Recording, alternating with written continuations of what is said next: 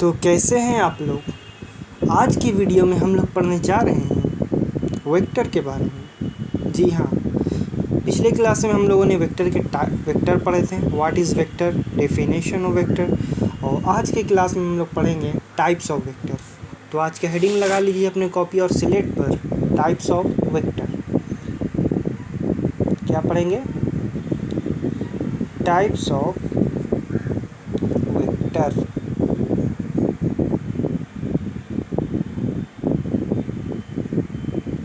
सो आज का हेडिंग है टाइप्स ऑफ वेक्टर। तो वेक्टर के प्रकार देखेंगे धीरे धीरे, हौले हौले। तो पहला हम लोग देखेंगे टाइप्स ऑफ वेक्टर। पहला है इक्वल वेक्टर। क्या है? Equal vector. So equal vector क्या होता है, इसके बारे में हम लोग जानेंगे। What is this equal vector? तो इक्वल वेक्टर उसे कहते हैं वैसा वेक्टर। सबसे पहले हम लोग जानेंगे वेक्टर क्या। वेक्टर किसे कहते हैं? इसका मैग्नीट्यूड होता है और डायरेक्शन होता है। तो वेक्टर में क्या होता है? दो चीज़ें होती है वेक्टर में। अगर देखा जाए तो वेक्टर में दो चीज़ें होती है, एक तो मैग्नीट्यूड होता है और दूसरा डायरेक्शन होता है। तो वेक्टर में होता है क्या?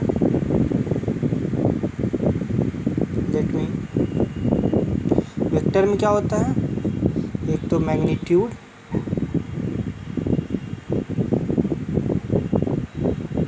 और दूसरा डायरेक्शन। तो ये दो चीज़ें मिलके वेक्टर को बनाती हैं, है ना। तो देखा जाए तो वेक्टर को बराबर होने के लिए इसका मैग्नीट्यूड इक्वल होना चाहिए। मैग्नीट्यूड क्या होना चाहिए? इक्वल।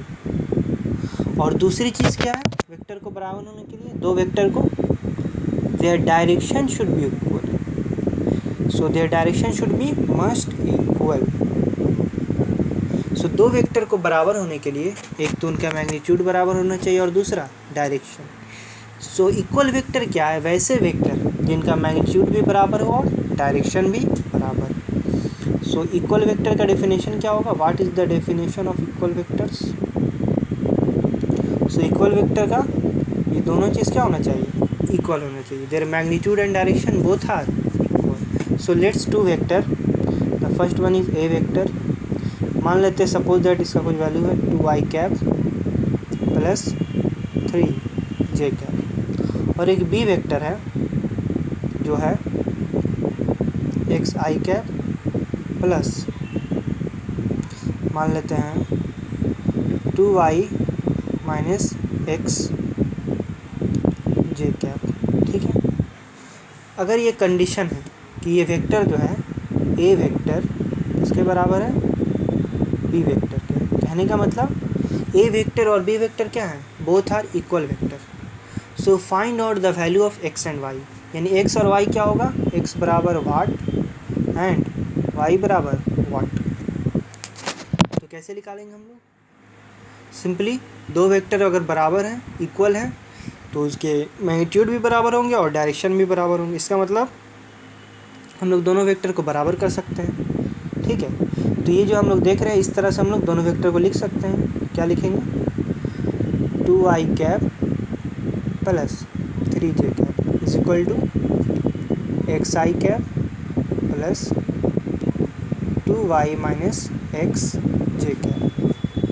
तो बोल रहा है दो वेक्टर बराबर है। तो दो वेक्टर बराबर होने का मतलब क्या हो? दोनों के कंपोनेंट जो होंगे आपस में बराबर होने चाहिए। जैसे बोले दो इंसान बराबर है ना, पूरी तरह से दो इंसान बराबर है। या कोई दो बॉक्स है, दोनों आपस में क्या है? बराबर है। जैसे मान लेते हैं, let's take example of cube. दो क्यूब है, ठीक है, दोनों बोल रहे हैं आपस में बराबर है, कहने का मतलब दोनों के सरफेस एरिया भी बराबर है और वॉल्यूम भी बराबर है। तो इससे क्या पता चलेगा? उसके हर एक साइड भी बराबर होंगे, है ना। तो दोनों सिमिलर क्यूब है, यानी एक जैसे हैं, है ना, दोनों कॉन्ग्रुएंट होगा आपस में। तो उसी तरह से अगर दो वेक्टर आपस में बराबर है तो उसके हर एक कंपोनेंट, ईच कंपोनेंट क्या होंगे? आपस में बराबर। तो 2 के साथ i कैप है और यहाँ x के साथ i कैप। इसका मतलब जो एक्स कंपोनेंट है पहला वेक्टर का और दूसरे वेक्टर का दोनों आपस में क्या होंगे, बराबर होंगे। तो उससे हमें एक्स का आंसर मिलेगा, एक्स बराबर क्या हो जाएगा, एक्स बराबर हमें 2 मिल जाएगा। और इधर हम लोग देखेंगे Y component that is J cap वाला, तो यहाँ से आएगा 2y minus X X equal to 3 आएगा, 2y minus X is equal to 3। तो यहाँ से हम x का वैल्यू यहाँ से 2 रख देंगे, तो क्या हो जाएगा 2y minus 2 is equal to 3। तो 2y इज इक्वल टू हो जाएगा 5। Then y is equal to निकल जाएगा, y क्या आएगा 5/2। This is your. सो इस तरह से हम लोग किसी भी दो वेक्टर को इक्वल वेक्टर की मदद से, एक प्रॉब्लम भी हम लोगों ने देख लिया कि इस तरह के प्रॉब्लम आपको पूछे जा सकते हैं। कंपोनेंट में दे देगा, पूछेगा एक्स वाई का वैल्यू फाइंड आउट करिए अगर दो वेक्टर क्या है, बराबर है। ठीक है, तो आई होप आपको इक्वल वेक्टर्स का कंसेप्ट समझ में आया होगा। अब हम लोग बात करते हैं अनइक्वल वेक्टर के बारे में। सो दूसरा है, second one is unequal vector. Unequal vector, unequal vector क्या है? तो अनइक्वल वेक्टर वैसे वेक्टर, कहने का मतलब कि वेक्टर में दो चीज़ फिर से आए, मैग्नीट्यूड और डायरेक्शन। अगर इन दोनों में से इधर यानी मैग्नीट्यूड और डायरेक्शन में से इधर मैग्नीट्यूड इज चेंज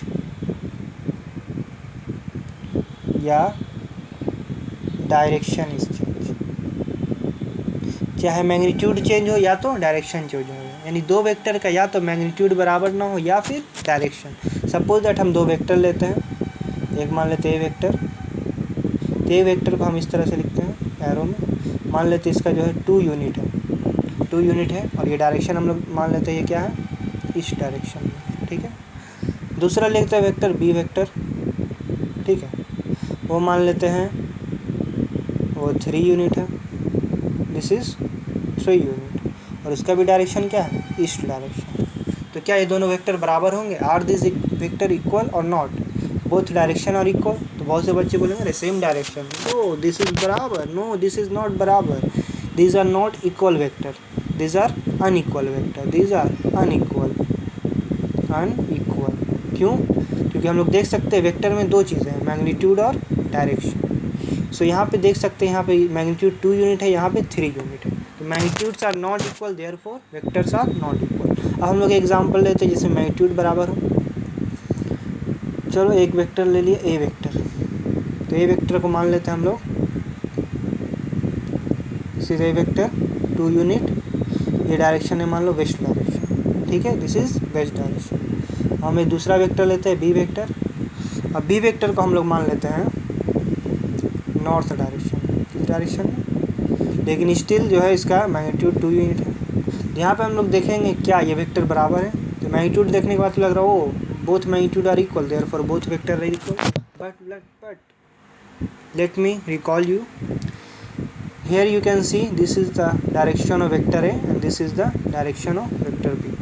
तो वेक्टर A का डायरेक्शन वेस्ट है जबकि वेक्टर B का डायरेक्शन नॉर्थ है। तो A और B का डायरेक्शन क्या है, अनइक्वल। A और B का डायरेक्शन क्या है, अनइक्वल, देयरफॉर कैसे वेक्टर होंगे, अनइक्वल वेक्टर। कैसे वेक्टर, अनइक्वल वेक्टर, है ना। डायरेक्शन क्या है, अनइक्वल, इसे इसको कहेंगे अनइक्वल वेक्टर। तो समझ में आ गया वेक्टर और इक्वल वेक्टर और अनइक्वल वेक्टर क्या होते हैं। आई होप आपको समझ में आ गया होगा, क्लियर हो गया होगा।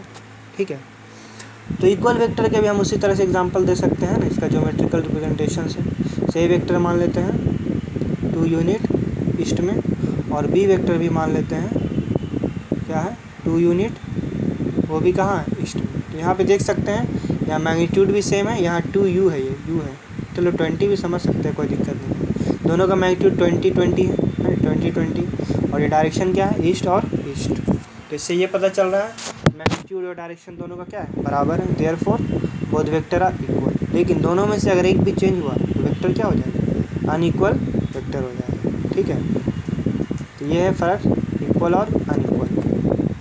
अब हम लोग आगे बढ़ते हैं, तो आगे हम लोग देखेंगे parallel vector. What is parallel vector. तो तीसरा वेक्टर आएगा हमारा, क्या आएगा, parallel.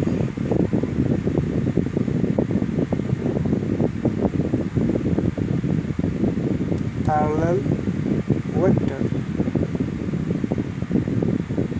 So what is parallel vector, देखेंगे पैरेलल वेक्टर क्या होते हैं। सो पैरेलल वेक्टर किसको कहते हैं, पैरेलल जानते हैं हम लोग, लाइन पढ़े हैं, पैरेलल लाइन है ना। पैरेलल लाइन क्या होता है कि जब दो लाइन इस तरह से ड्रा किया जाए कि दोनों के बीच का डिस्टेंस हमेशा क्या हो, distance between two line is always equal, क्या हो, इक्वल है ना। दोनों लाइन के बीच का डिस्टेंस क्या होना चाहिए, इक्वल होना चाहिए। और इसको कहीं भी प्रोड्यूस करे, इन्फिनिटी तक भी जाएगा तो ये क्या होगा, आपस में कभी इंटरसेक्ट नहीं करेगा, नॉट इंटरसेक्ट। जब ऐसा दो लाइन के साथ होता है कि जो आपस में डिस्टेंस उसके बीच का क्या हो, इक्वल हो, और उनके वो कभी क्या हो, आपस में इंटरसेक्ट ना करे, तो ऐसी लाइन को क्या कहते हैं, पैरेलल लाइन करते हैं। तो सिमिलरली दो वेक्टर पैरेलल क्या कब होगा, यानी when two vector should be parallel. दो वेक्टर पैरेलल तब कहलाएगा, मान लेते एक वेक्टर ए है, ठीक है, एक वेक्टर ए है और दूसरा वेक्टर बी। तो अगर हम कह रहे हैं ए वेक्टर क्या है, बी वेक्टर के पैरेलल है, यानी ए वेक्टर और बी वेक्टर पैरेलल वेक्टर है, तो कहने का मतलब क्या, या तो दोनों आपस में पैरेलल होंगे, इधर they parallel to each other, they parallel to each other, यानी ये आपस में पैरेलल हो सकते हैं। कहने का मतलब इस तरह से ए वेक्टर और ये बी वेक्टर, या तो ये आपस में पैरेलल होंगे, या तो एक लाइन हम ले लेते हैं, ये एक लाइन है, किसी लाइन के ये पैरेलल हो सकते हैं, ये ए वेक्टर है और ये बी वेक्टर है। तो हम लोग जानते हैं अगर दो वेक्टर सेम लाइन के पैरेलल है तो आपस में भी पैरेलल होंगे। तो ये भी कंडीशन हो गया पैरेलल का कि दो वेक्टर पैरेलल कब होंगे, या तो ये अपने आपस में पैरेलल हो या किसी सेम लाइन के पैरेलल होगा, ठीक है। तो इस तरह से हम लोग दो वेक्टर को पैरेलल करते हैं। और हम लोग गौर से अगर देखेंगे तो पैरेलल वेक्टर का डायरेक्शन सेम होना चाहिए, यहाँ देख सकते हैं हम लोग, direction of parallel vector should B same, ठीक है। पैरेलल वेक्टर का डायरेक्शन क्या होना चाहिए, सेम होना चाहिए। इसमें मैग्नीट्यूड से मतलब नहीं है, मैग्नीट्यूड कुछ भी हो रहा है, ठीक है, मैग्नीट्यूड अगर बराबर हो गया तो इक्वल वेक्टर हो जाएगा। तो पैरेलल वेक्टर का डायरेक्शन सेम होना चाहिए, और यहाँ पे डायरेक्शन अगर सेम है तो दोनों बीच का एंगल क्या होगा, थीटा। दोनों के बीच का एंगल देखेंगे तो 0 डिग्री होगा, एंगल क्या होगा, 0 डिग्री, ठीक है। दोनों वेक्टर के बीच का एंगल क्या होगा, 0 डिग्री, याद रहेगा। What is parallel vector. अब हम लोग बात करते हैं एंटी पैरेलल वेक्टर। तो एंटी पैरेलल वेक्टर क्या होगा, what is anti parallel, anti parallel vector. So anti parallel vector क्या होंगे, एंटी मतलब क्या होता है, अपोजिट। हम लोग जानते हैं एंटी मतलब क्या होता है, opposite. What is anti, opposite. तो एंटी पैरेलल मतलब पैरेलल को उल्टा, मतलब दो ऐसे वेक्टर जिनका मैग्नीट्यूड बराबर हो भी सकता और नहीं भी, लेकिन उनका डायरेक्शन क्या होना चाहिए, एक दूसरे के अपोजिट। आपस में अपोजिट हो सकता है या सेम लाइन के अपोजिट। कहने का मतलब जैसे कि एक वेक्टर लेते हैं ए, इसका डायरेक्शन कुछ इधर है ईस्ट की तरफ, है ना। दूसरा वेक्टर है बी, इसका डायरेक्शन है वेस्ट की तरफ। तो हम लोग देख रहे हैं डायरेक्शन ऑफ बोथ वेक्टर क्या है, ऑपोजिट। दोनों वेक्टर का अगर डायरेक्शन देखेंगे तो एक दूसरे का क्या है, ऑपोजिट है। तो हम लोग कह सकते हैं दोनों वेक्टर एक दूसरे का क्या होगा, एंटी पैरेलल, ठीक है। या फिर एक लाइन लेते हैं हम लोग, लाइन एल, और इसी लाइन का मान लेते हैं हम एक वेक्टर ऐसे राइट साइड, दूसरा वेक्टर है लेफ्ट साइड। तो हम लोग देख रहे हैं दो वेक्टर सेम लाइन के एंटी पैरेलल है, यानी पैरेलल तो है आपस में लेकिन दोनों का डायरेक्शन क्या है, अपोजिट है। यानी जब दो वेक्टर पैरेलल हो लेकिन अपोजिट डायरेक्शन में तो उसे क्या कहते हैं, एंटी पैरेलल वेक्टर। यानी पैरेलल होना चाहिए लेकिन डायरेक्शन क्या होना चाहिए, ऑपोजिट। तो यहाँ पे हम लोग अगर एंगल देखेंगे तो एक का वेक्टर का एंगल हम लोग देखेंगे तो इधर है, दूसरे का ऐसे ही, तो ये एंगल क्या बन रहा है दो वेक्टर के बीच में, 180 डिग्री। इसका मतलब angle between anti parallel vector should भी क्या होना चाहिए, 180 डिग्री, ठीक है। याद रखना है दो वेक्टर के बीच का एंगल जब 0 डिग्री होगा तो पैरेलल, और 180 होगा तो एंटी पैरेलल, ठीक है।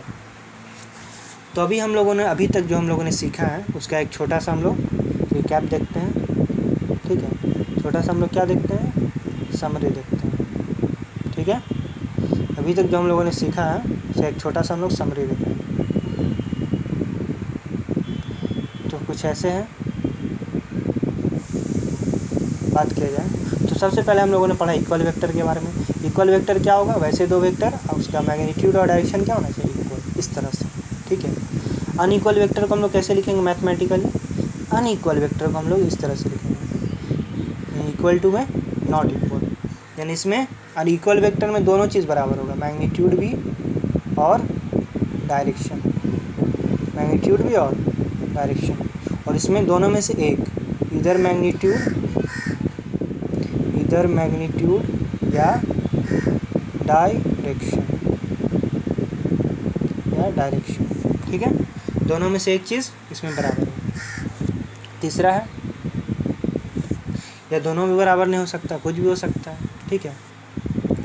तीसरा हम लोगों ने देखा पैरेलल वेक्टर का। पैरेलल वेक्टर मतलब दोनों के बीच का एंगल क्या होगा, दो वेक्टर के बीच का एंगल 0 डिग्री होगा। और चौथा हम लोगों ने देखा एंटी पैरेलल। तो एंटी पैरेलल में क्या होगा, मतलब एक दूसरे का अपोजिट, पैरेलल होगा लेकिन दोनों के बीच का एंगल कितना होगा, 180 डिग्री होगा, ठीक है।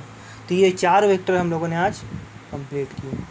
तो इसी तरह से अगले क्लास में हम लोग बाकी वेक्टर को कंप्लीट करेंगे। तो till then keep learning, keep exploring. तो मिलते हैं नेक्स्ट वीडियो में। जय हिंद।